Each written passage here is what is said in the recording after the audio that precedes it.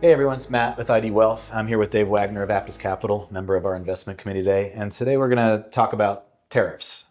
It's the ugly word that's being thrown around a lot. And anybody who's ever been in a meeting with me always hears me say, I only talk politics at this table if it affects our investments.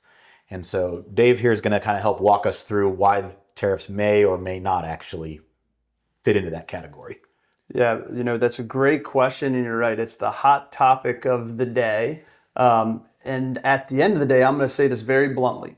Well, two things. We don't make any investment decisions based off of personal politics or beliefs. That's not a way to run a book or your investment profile. But more importantly, I'll tell you now, and I can show you statistically based, that politics and investments, they don't go together. They go together like lamb and tuna fish. They don't make any sense, and nor should they.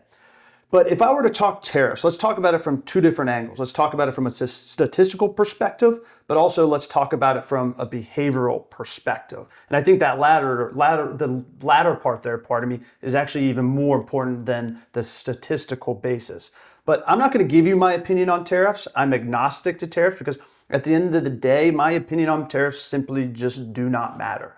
But if there was any time period for us to implement tariffs, right now might be the most okay time. And I can say that from three different reasons. Well, one is the US dollar is very, very strong. It's one of the strongest that it's ever been. I know it's pulled back here over the last few weeks, but historically speaking, it's very strong. And when the dollar is very strong, it helps dilute the impact of tariffs on the domestic country that's imposing the tariffs. And in this situation, that's the United States. The second reason that it might be the most okay time period to implement some type of tariffs is due to the strength of the consumer. Consumer spending right now is increasing on a year-over-year basis at 6.5%. But let's put that into perspective, because perspective is key when it comes to tariffs.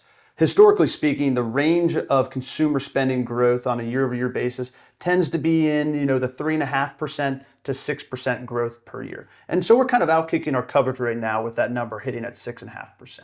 But if you really delve into the details of the tariffs in the most draconian fashion, without taking into consideration some type of retaliatory tariffs, this would be a $300 billion consumption tax on the consumer.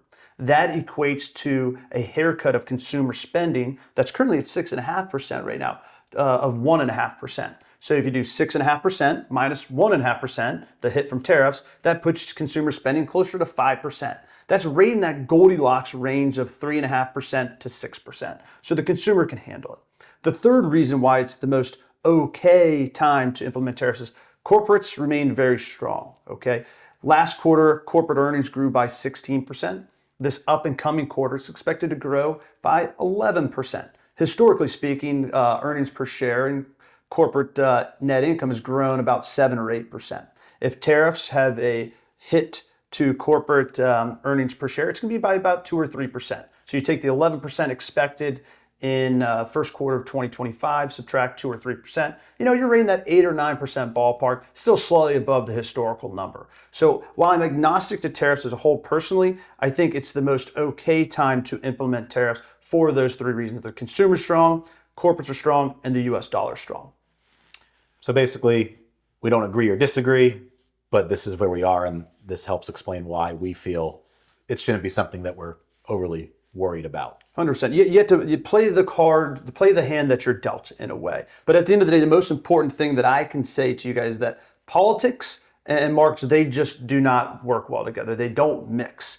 I think politics can create uncertainty and volatility over shorter periods of time, but over longer periods of time, policy tends to not matter to market returns. And there's no better way for me to explain this from a statistical perspective is, let's look at the Trump 1.0 4 years and the returns of the sectors underneath the S&P 500, like discretionary, utilities, staples, and let's compare that to the 8 years under the Obama administration.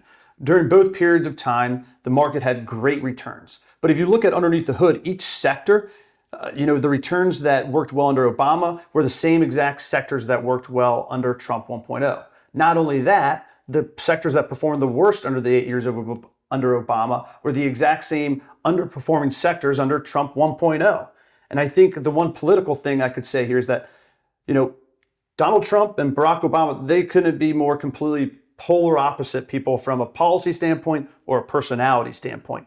Yet the returns of the S&P 500 and the sectors underneath the S&P 500 were almost identical. So that tells you the biggest learning lesson that you can have here is that politics and the markets, they don't mix. At the end of the day, politics may create some short-term noise, but over longer periods of time, the market's driven by the macroeconomic effects of how strong the corporations are and how strong the consumer is. And as I just mentioned, corporates and the consumer, they're very strong right now. Yep, just like we always say, politics, markets, they don't work together. So I appreciate you kind of going into some detail on, a little more of the statistical side and then the behavioral side. I think that really, really helps people kind of make less decisions because that's what's important. That's core. Staying invested for the long term and kind of ignoring the noise is what we always talk about. So if you have more questions, you want to talk more about anything you heard here today, give us a call, shoot one of us an email, or you can always find all of our information on our website, idwadvisors.com.